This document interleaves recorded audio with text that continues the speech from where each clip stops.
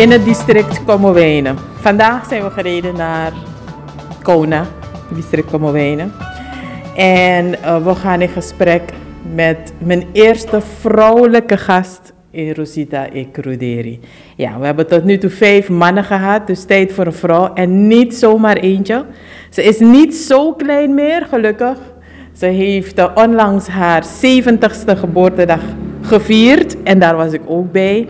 En ik ben dus heel erg blij dat ik vandaag eindelijk in gesprek mag gaan met tante Marlene Waal. Hoe gaat het met u? Oh, het gaat fantastisch. Ja? Het is een hele eer dat ik Rosita op bezoek heb gehad. Want ik was al lang bezig met Rosita. Ja. En het duurde een tijdje voordat ik er echt te pakken kreeg. Maar ja, wie geduld heeft, die weet, zeggen ze toch? Want paciëntie uma nou een goede uma. Ja, nou, welkom in het programma. We gaan vandaag praten over Kaseko, mijn geliefde onderwerp. Ik doe al een paar jaren onderzoek naar de Kaseko muziek. En uw naam en de naam van uw vader komen daar steeds voorbij. Kunt u vertellen over wie uw vader was? Laten we daar beginnen. Nou, René David Waal dan is een zoon van een Lodewijk Waal en van een natuurlijk Jeannette Moleurs. Zijn vader heeft niet lang geleefd. Die was kleermaker voor de gouverneur. En zijn moeder was weer lerares op school, zover ik het weet. Maar mijn vader was ook een duizendpoot en niet alleen muzikant, maar hij heeft in de tijd ook in Goedboesie gewerkt. Oké. En die man heeft ook voor, je weet Suralco, Alcoa noemden ze het vroeger, Mongo. Ja. Was echt een familiewaal plekje om te werken ook. Die man heeft in het buitenland, in Bonaire, Curaçao gewerkt, Zo. Aruba, voor olie toen de tijd, dat was ontzettend in. En eigenlijk is hij begonnen ook in Aruba met zijn kindervrolijke jeugd. In Aruba? Maar het heeft ook een ander roeping waarom hij dat heeft gedaan. Oké. En u heeft de naam al genoemd, vrolijke jeugd. Het is zo'n gevestigde naam als we praten over muziek, Surinaamse muziek. Weet u ook hoe hij kwam aan die naam, vrolijke jeugd? Moet je horen, mijn grootvader, Nellius Neus, en Caroline Elsler, mijn grootmoeder van mijn moeders kant. Mijn grootvader is een baptist en een pastoor geweest die in Suriname gekomen is. En samen met mijn broeder Heilbron hebben ze de baptistgemeente hier opgesticht. En dat was aan de Nepvuurstraat, nu Afiabastraat. En je weet, als je een kerk opricht, dan heb je kinderen die komen zingen. En mijn vader kon zo goed die ukulele noemen, dat is quattro. Ja, quattro. Dus die man speelde die quattro. En hij begeleidde de kinderen daar. En het werd een kinderkoortje, de vrolijke jeugd, zijn eigen kinderen, nichtjes, neefjes, zo is het gaat. Heel de familie en dan anderen erbij. En dus zo is het begonnen. En de naam vrolijke jeugd kwam echt van mijn moeder en vader. Oh, oké.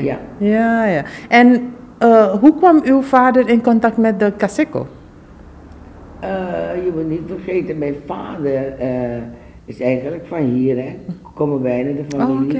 En bijzonder zijn moeders kan Moleurs, hè. Maar Moleurs klinkt een beetje Frans. Spaans. Oh, Spaans meer, oké. Want haar voorouders kwamen uit Catalanië, uit Spanje, ja. En die zijn vanuit Venezuela hier naartoe gekomen, is dat van Begofosi. De Maikonse rijkdom, de Malaka, als ze dan bij Concours zijn. Dus ze zijn vanuit een Venezuela naar Suriname gekomen. En daar heeft ze mijn vader Lodewijk leren kennen. Die als een kleermaker voor de gouverneurs was. Oké. En u zou vertellen... de EBG, heel actief in de grote stadskerk. Oké. U zou vertellen hoe uw vader in contact kwam met de Kaseko. Want u zei hij is van Kona hier. Ja, je moet niet vergeten, want Kona is onze Kaseko muziek naar Biggie Poké pre.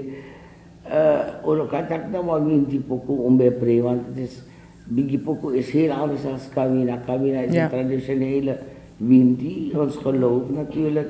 De muziek lijkt gospelmuziek. Maar Kaseko muziek was een muziek daarop gedanst werd. Het werd gepresenteerd op feestjes. trouwerij. Het was weer net salsa muziek moet je Casico zien. Je moet je niet vergeten, want eigenlijk is Casico groter dan salsa, maar omdat die meer bekendheid heeft. Klopt, ja. Vandaar dat we niet, maar het is een muziek die Amerikanen zo, damn, die rhythm is Ja. Ik zal de F niet gebruiken. Nee. Maar je weet, de Amerikanen die zijn helemaal vol, maar het verwonderde me ook dat ze zo'n beetje, maar teruggaan naar mijn pa. De Casico's zijn ontstaan is hier en in Paramaribo bij zijn schoonvader thuis. Oké. En wie was, oké. Opa Neus. Neus, ja. Er werd daar muziek gemaakt, Casico muziek gemaakt. Ja, de kerk had hij zijn eigen, want hij had ook een stukje grond daarnaast. En daar maakte hij muziek met de vrolijke. Maar mijn vader heeft niet alleen in oorbellen van op kiezen, ja. Mijn vader heeft niet alleen kerkmuziek gemaakt, ook Casico, maar ze hebben op, het was niet echt de Defreustraat, maar ze hebben ook in de Hoge Straat gewoond. Hou het echt goed, want die dingen zijn me niet zo bijgebleven. Ik weet er wel van, maar ik kan er heel weinig over praten. Jammer dat mijn broer Arnold niet hier is, want die weet te veel van. Die weet meer, ja. Oké, en weet u nog hoe u bij uw eerste ervaring met de Casico, waar was dat? Wanneer was dat? In mijn moeders home.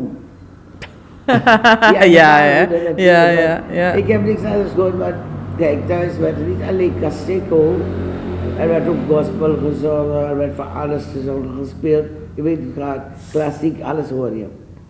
Maar mijn vader vond van, omdat het verboden was om in de stad te spelen, deed hij de stoute schoen aan om het toch in de stad te spelen. En gelukkig had die man ook, want alle verjaardagen werd hij uitgenodigd.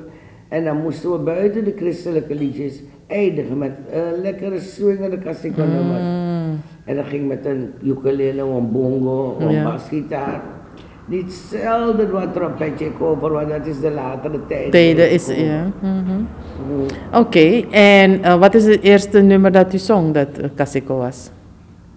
Hou me ten goede. Ik zoek er dus in, no? Je zoekt een moeilijkheid aan, als ik dan ga herinneren, zijn er liedjes die mijn vader heeft geschreven, zoals Seno Wanyanti Deonya met Tamara, no to me karu fe antipe, odi, lamba, Sidong, Botolia, Atron Go to, no ja, dat is, noem ik de tweede Surinaamse volkslied.